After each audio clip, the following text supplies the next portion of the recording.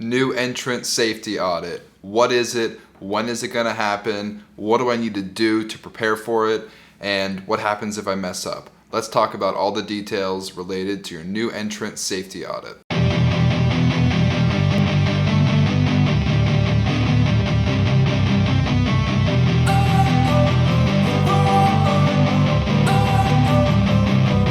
Don't wanna sleep in, cause I got something to prove. I gotta take what I hate and finally make a move. I think of you and all the shit you don't do. I've been waiting for this moment for the past 11 months. I finally got the email from my Department of Transportation, and my box truck business, my trucking business, is in its new entrant safety audit. This happens with all new carriers in the first 12 months. And what I've seen, I've talked to several other guys who are doing the same thing that I'm doing, and they had their new entrant safety audit at month 11. And that's the exact same time I had it. So if you're a new carrier, if you're wondering when will your new entrant safety audit be, mine happened at month 11 of my authority, and at the same time it happened for the other guys I talked to. So if you're just in your first few months, don't worry about it just yet. It's probably not going to happen. It might happen, but it probably won't. It's probably going to happen later on, closer to month 10 or 11. But from what I understand, it does happen in the first year. I'll be honest with you, I was freaking out up until this point because I was so worried. Because what happens if you basically fail this new entrant safety audit? If you fail really badly, like if you're not running logs at all, if you've got drivers without a valid driver's license, if you've running with vehicles that are not inspected, or if they have major deficiencies that would put the vehicles out of service, you might automatically fail your new entrant safety audit, and they could potentially revoke your authority. So if this happens and you lose your authority, essentially you won't be able to move freight any longer. You will no longer have your authority. I'm not entirely sure what that means because it's never happened to me. So I'm not going to even pretend to know, how long does it take to get my authority back? Can I reapply in 6 months? But what I do know is that if you have any of those major discrepancies, they will automatically revoke your authority. Okay, so I just looked it up on the FMCSA website. Here are a couple automatic failures. Alcohol and drug violations, obviously.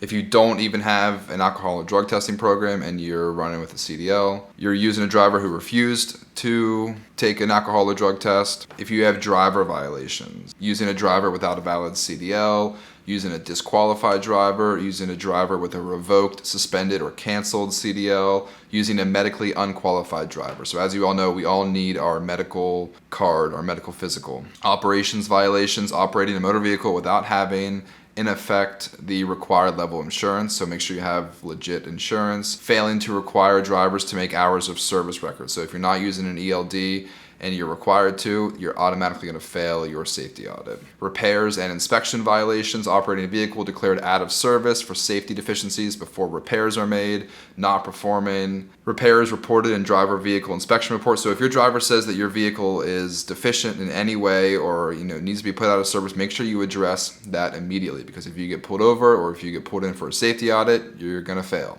Operating a commercial vehicle that's not periodically inspected. So make sure you're up to date on your federal or state DOT inspections. Whatever you need, make sure you have it. Okay, so those are all things that are automatically going to make you fail.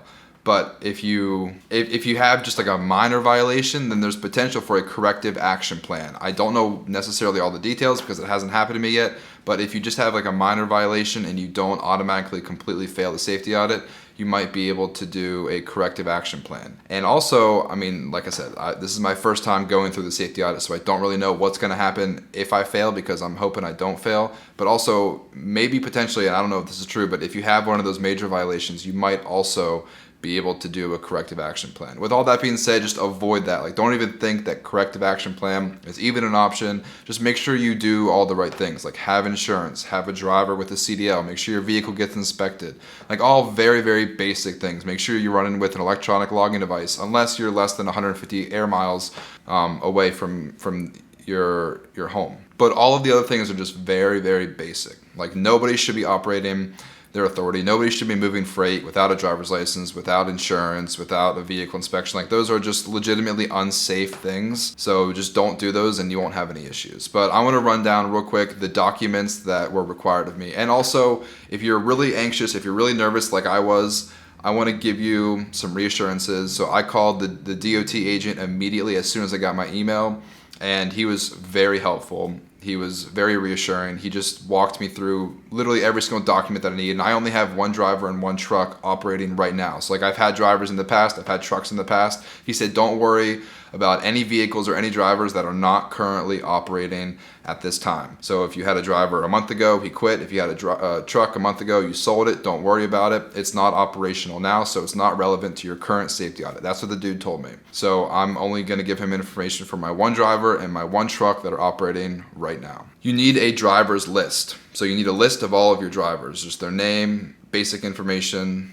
relevant to them. Unless you only have one driver. This guy told me that if you only have one driver, you can just send me his driver's license and you don't necessarily need a list of drivers because that would just be redundant. I only have one driver. No need to make a list when there's only one item. But as soon as you get 2 or more drivers, make sure you have a list of your drivers. And then just make sure you have all of their driver's license on file, front and back. You're going to need to upload. For me, it's just one driver's license, but they might ask you for multiple driver's license of all of your active drivers. The second thing they asked for was my driver's medical card. So always make sure you have a copy of your driver's up-to-date medical cards. Check to make sure they're expired or not expired. And as soon as they're coming up on expiration in 2 to 3 months, reach out to that driver and make sure he or she gets an updated DOT medical physical. Your motor vehicle record. So in Pennsylvania, you can just go to, I think, the DOT website, and you can request any driver's DOT motor vehicle record. It's just like their driving history. The DOT inspection, the safety audit, they asked me for the past 3 years, but whenever I got the information from Pennsylvania Department of Transportation, they just gave me like the entire history of my drivers. So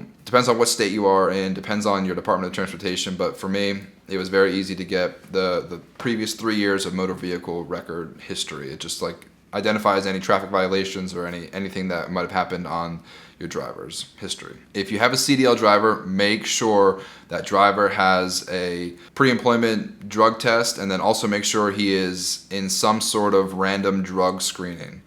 So I use a staffing agency, so they kind of handle that for me, but if you don't have a staffing agency, you can hire like a DOT compliance agency like Foley. I've never worked with them, but I've heard things about them. And they can help you with your drug testing. They can put you in the clearinghouse for random drug testing, pre-employment screening, and post-employment random drug testing. But make sure you're doing that if you have a CDL driver. If you don't have a CDL driver, you don't need to do it. Might not be a bad idea, but you don't need to do it. Okay, last 2 things. Like, this is it. These are the last 2 things that the DOT officer asked for me for my new entrant safety audit. He just asked for a copy of my certificate of insurance, which is like the most basic thing. Like, you literally need insurance to get your authority, so I guarantee you 99.9% of you have a certificate of insurance if you have an active authority. So I just downloaded the PDF straight from Progressive's commercial insurance website, and I uploaded that to the portal. And then the last thing he needed was like some sort of record indicating that I got my vehicle inspected. So there's 3 different things you can do. You can just get like the invoice or the receipt from the mechanic who did the DOT inspection, or you'll have to take a picture front and back of your inspection sticker, or third, like I got some PDF document straight from the mechanic, kind of like just outlining the inspection.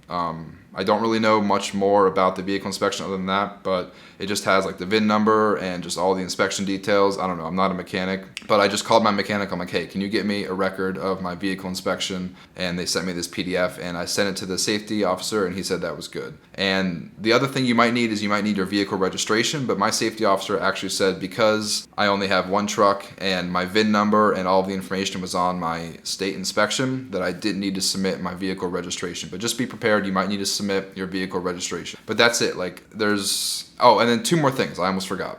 Your logs. So last 30 days of your logs. So make sure at all times you're not doing anything shady or illegal or unsafe. It's just not worth it. Make sure if you're the driver, it's very simple, just do the right thing. But if you're managing other drivers, just stay on top of their logs. Like, check the logs daily. And if they're having an issue, like, coach them through it. Like, don't let those log issues go unchecked and unmanaged, because if a driver does the same thing for 2 weeks straight and then you try to go back, it's just as soon as you see the issue, just address it immediately. But they did ask for the past 30 days of my logs. If you're piecing 10 miles or 10 hours, if you're driving for more than 11 hours in a day, if you're not entering in your pre and post trip vehicle inspections, just let this be a friendly reminder. Just do the right thing with your logs, because you will get a safety audit. And if you can also get, just because you pass your new entrant safety audit doesn't mean you're not going to get a random audit on the road. So if you get pulled over by DOT, they can check your logs at any time. So number one, 1000% make sure you're using an electronic logging device. And number two, make sure you're within compliance of that electronic logging device, and make sure you're just doing the right thing. If you ever have any questions, like seriously, contact a compliance agency or contact a DOT officer, just anybody. Just do some research on the computer, the FMCSA website, just get the answer and just try to do the right thing. And then the last thing they needed, which the DOT officer was like, I don't really care about this, but they just make me ask for it anyway, was my revenue. And they asked me for my 2021 revenue and my 2021 miles. And the reason I guess they asked me that is because they're looking for people who are like committing crimes. Like obviously if you're transporting drugs or just doing illegal things with your trucking business, and if you're only driving 100 miles but you're getting paid $100,000, you're probably doing something illegal. So I don't know, I guess they just wanted to check to make sure that my revenue kind of made sense with the number of miles that I was driving. So that was it. Those were all the things I needed for my new entrant safety audit. In review, I needed a picture of my driver's license, a picture of the medical card, last 3 years of the motor vehicle record, drug and alcohol screening, certificate of insurance, vehicle inspection, vehicle registration, electronic logging devices, and my total revenue. I hope this was helpful. I will get the results back probably in the next 10 to 20 days. I will let you guys know if I pass my new entrant safety audit. Fingers crossed. I hope I do. I've tried to do everything right up until this point. My last tip, as soon as you get the email, just respond immediately. They give you 20 days to submit your paperwork, but just call the officer, reply to the email immediately. Just work with them, let them know that you're trying to gather the documents. Even if you are scrambling and trying to find things, just be open with them, just communicate with them, and they will help you out. They helped me out, and I hope they help you out. Hope this was helpful. Talk to you later.